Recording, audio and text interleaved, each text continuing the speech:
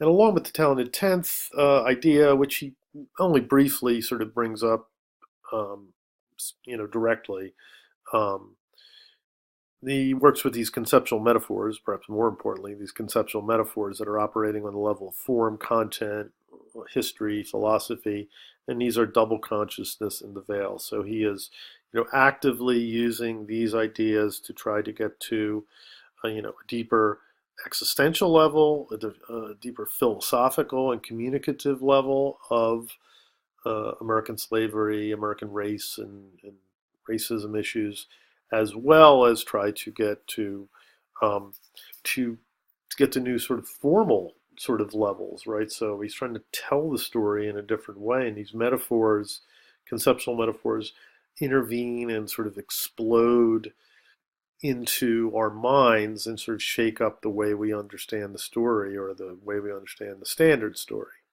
Okay, so those are useful reading apps. Um, the understanding of slavery, right, that he's trying to make, right? So he's trying to juxtapose the peculiar notion of slavery, which was the white sort of supremacist view of slavery, that it was benign and not so bad and all these other things like that. And he's trying to get people to see the genocidal aspect of slavery. So that's an important thing to keep in mind. And then this idea of double consciousness, which he brings up, it's not unproblematic, of course. Not everyone sort of accepts this idea, but the question is, can double consciousness be transcended, or is it something that we sort of live, people have to live with, African Americans have to live with.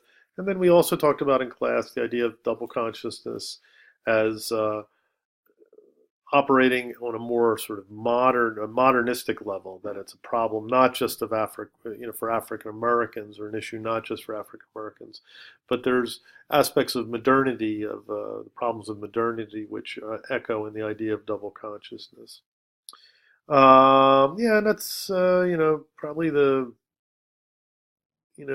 leave it at that. I think the notes speak for themselves. I'll publish the notes along with the video, and so the breakdown of the text in various ways, um, discourses, etc. So I'll just in the next video I'll just take you through the text real quick, and that should do it for the app.